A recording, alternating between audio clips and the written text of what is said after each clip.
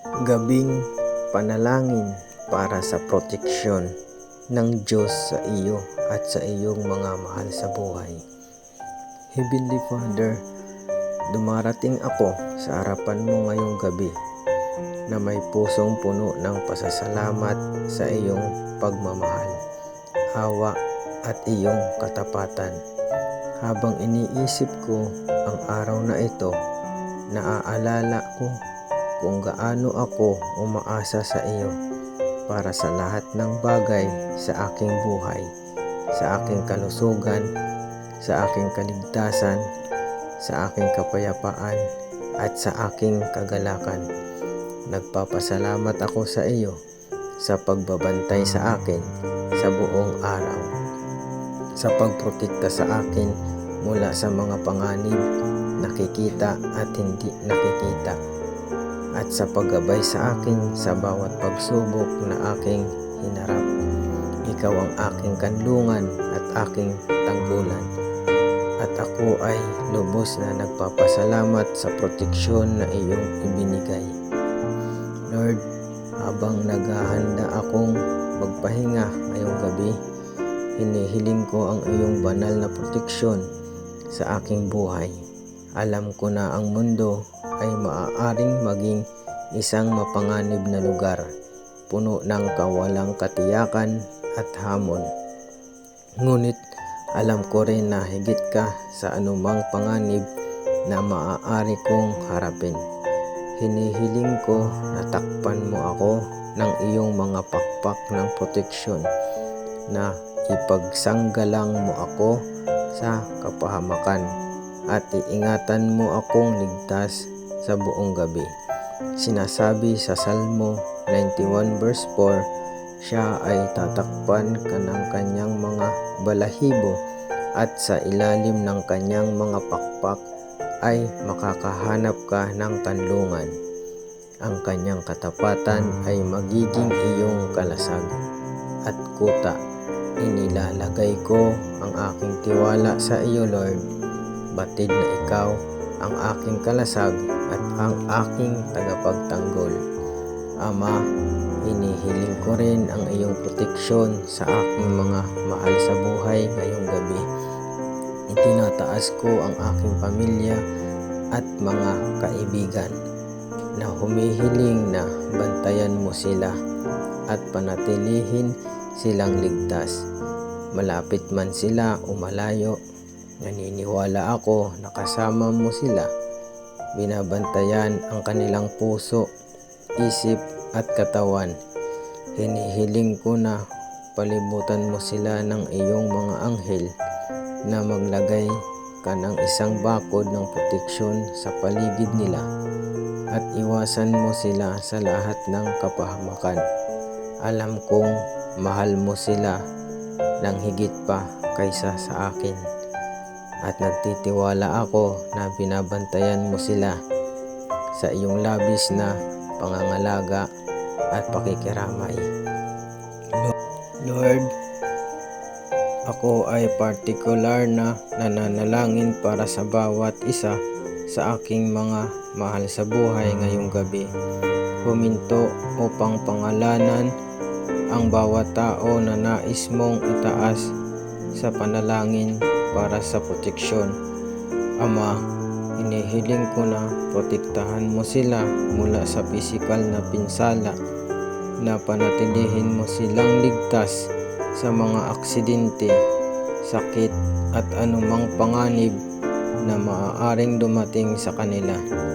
Hinihiling ko na takpan mo sila ng iyong banal na proteksyon, na walang sandata na nabuo laban sa kanila ang uunlad, at na sila ay lalakad sa iyong kapayapaan at kaligtasan.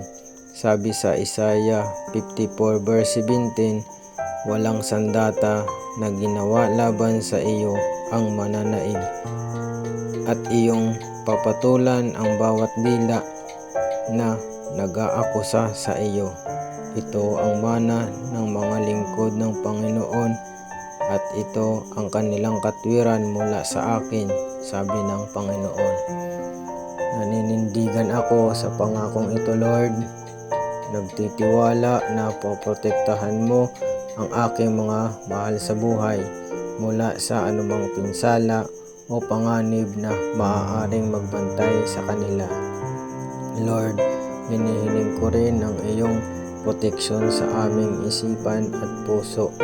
Sa mundong ito, kami ay patuloy na binubomba ng mga takot, pagkabalisa at mga negatibong impluensya na naglalayong nakawin ang aming kapayapaan. Ngunit alam kong ikaw ang Diyos ng kapayapaan at hinihiling ko na ingatan mo ang aming isipan laban sa takot at pag-aalala. Sa Pilipos 4 verse 6 and 7 ay nagpapaalala sa akin, huwag kayong mabalisa sa anumang bagay, ngunit sa bawat sitwasyon sa pamamagitan ng panalangin at pagsusumamo na may pasasalamat, iharap ang iyong kahilingan sa Diyos at ang kapayapaan ng Diyos na higit sa lahat ng pagkaunawa ay magbabantay sa inyong mga puso at isipan kay Kristo Jesus. Inihahatid ko sa iyo ang aking mga alalahanin ngayong gabi, Lord, at hinihiling ko ang iyong kapayapaan upang bantayan ang aking puso at isipan. Tulungan mo akong magpahinga sa katiyakan na ikaw ang may kontrol, na binabantayan mo ako at ang aking mga mahal sa buhay, at na hindi ko kailangan mabuhay sa takot. Punuin mo ang aking puso ng iyong kapayapaan ngayong gabi, Lord, at tulungan mo akong magtiwala sa iyong perpektong proteksyon. Ama, nananalangin din ako para sa proteksyon mula sa mga espiritual na pag-atake. Alam ko na ang kalaban ay naghahangad na magnakaw, pumatay at manira. Ngunit alam ko rin na mas dakila ka sa anumang pwersa ng kadiliman na maaaring dumating laban sa akin. Hinihiling ko na protektahan mo ako at ang aking mga mahal sa buhay mula sa anumang espiritual na pag-atake, mula sa anumang pakana o kasinungalingan ng kaaway.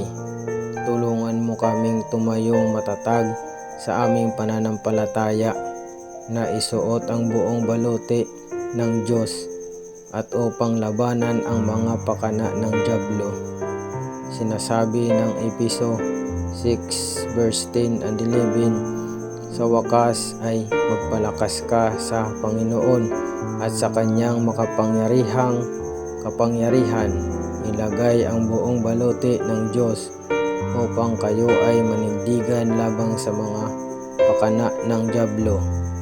Lord, hinihiling ko na palakasin mo ang aking pananampalataya ngayong gabi, na tulungan mo akong tumayong matatag sa iyong katotohanan, at na protektahan mo ako mula sa anumang kasinungalingan o tukso upang subukang gamitin ng kaaway laban sa akin. Hinihiling ko ang iyong proteksyon sa aking puso, isip at espiritu, at nagtitiwala ako na iingatan mo ako mula sa lahat ng espiritual na pinsala. Ama, itinataas ko rin ang mga nahaharap sa mahihirap na kalagayan ngayong gabi, ang mga nahihirapan sa takot, pagkabalisa, sakit o kawalan ng katiyakan. Hinihiling ko na palibutan mo sila ng iyong pagmamahal at proteksyon, na aliwin mo sila sa iyong presensya at bigyan mo sila ng lakas na magtiwala sa iyo. Tulungan silang malaman na hindi sila nag-iisa. Nakasama mo sila at ikaw ang kanilang kanlungan at kuta. Lord, hinihiling ko ang iyong proteksyon sa aking tahanan ngayong gabi. Hinihiling ko na panatilihin mo itong ligtas sa anumang pinsala o panganib. Ang sabi sa Salmo 34 verse 7, ang anghel ng Panginoon ay nagkakampo sa palibot ng mga natatakot sa Kanya at iniligtas niya sila.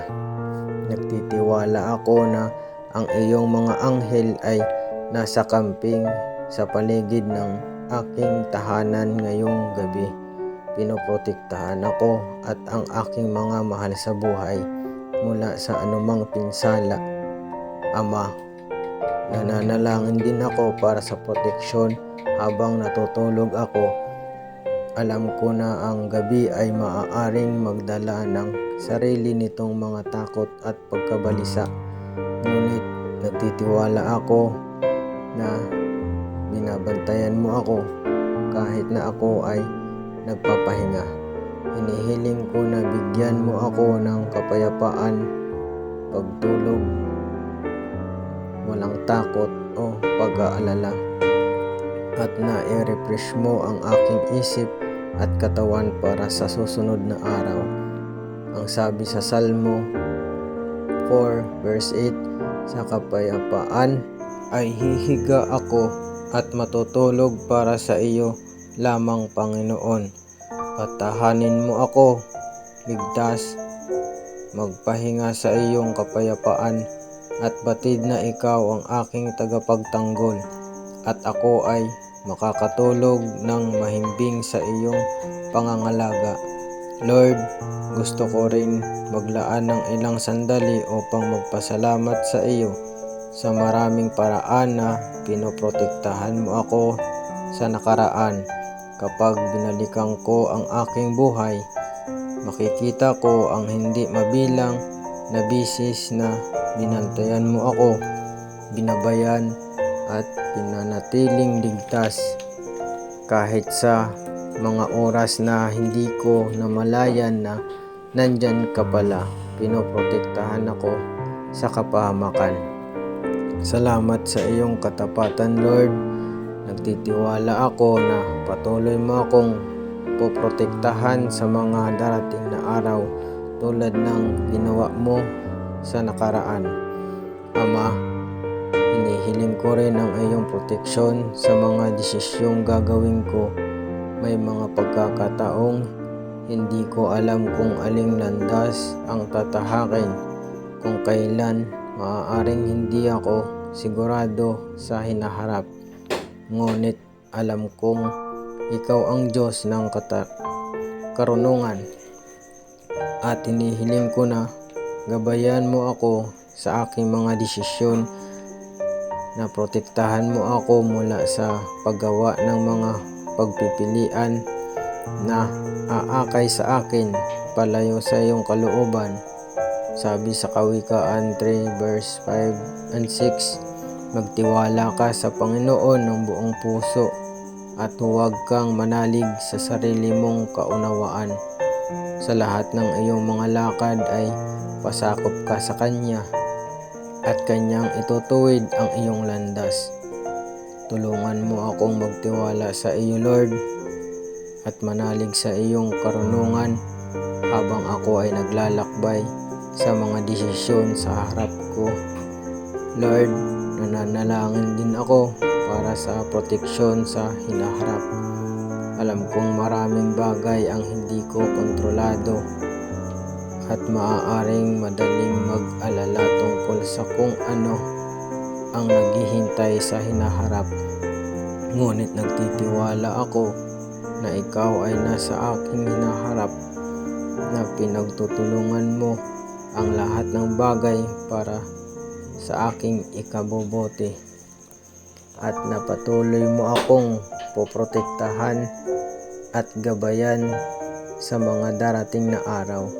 Sa Jeremiah 29 verse 11 ay nagpapaalala sa akin, sapagkat alam ko ang mga plano ko para sa inyo, sabi ng Panginoon, mga planong ipagpaunlad ka at hindi ipahamak, mga planong bigyan ka ng pag-asa at kinabukasan. Iniaalay ko ang aking kinabukasan sa iyong mga kamay, Lord. Nagtitiwala na poprotektahan mo ako at aakayin mo ako ayon sa iyong perpektong plano. Ama, nananalangin din ako para sa proteksyon sa mga mahihina, sa mga nahaharap sa panganib, pag-uusig o kahirapan. Hinihiling ko na palibutan mo sila ng iyong mga anghel, na protektahan mo sila mula sa kapahamakan at ibigay mo ang kanilang mga pangangailangan. Hinihiling ko ang iyong proteksyon sa mga nagdurusa at nagtitiwala ako na ikaw ay kasama nila sa gitna ng kanilang mga pagsubok. Lord, hinihiling ko ang iyong proteksyon sa aming mga komunidad, aming mga lungsod at aming mundo. Napakaraming bagay ang nangyayari sa mundo na maaaring magdulot ng takot at pagkabalisa, karahasan, natural na sakuna at kawalan ng katarungan. Pero nagtitiwala ako na ikaw ang may kontrol, na binabantayan mo kami at na ikaw ay nagsusumikap upang maisakatuparan ang katarungan at kapayapaan. Hinihiling ko na protektahan mo ang aming mga komunidad, nagabayan mo ang aming mga pinuno at na magdala ka ng kagalingan sa aming mundo. Ama, habang isinasara ko ang panalangin ito, nais kong ialay sa iyo ang aking taos-pusong pasasalamat para sa proteksyon na iyong binibigay. Salamat sa pagiging aking kanlungan, aking kuta at aking kalasag. Salamat sa pagbabantay sa akin at sa aking mga mahal sa buhay, sa pag-iingat sa amin at sa paggabay sa amin sa bawat pagsubok na aming kinakaharap. Nagtitiwala ako na patuloy mo kaming poprotektahan sa mga darating na araw, at ako ay nagpapahinga sa iyong kapayapaan ng pagkaalam na lagi kang kasama. In Jesus' name I pray. Amen.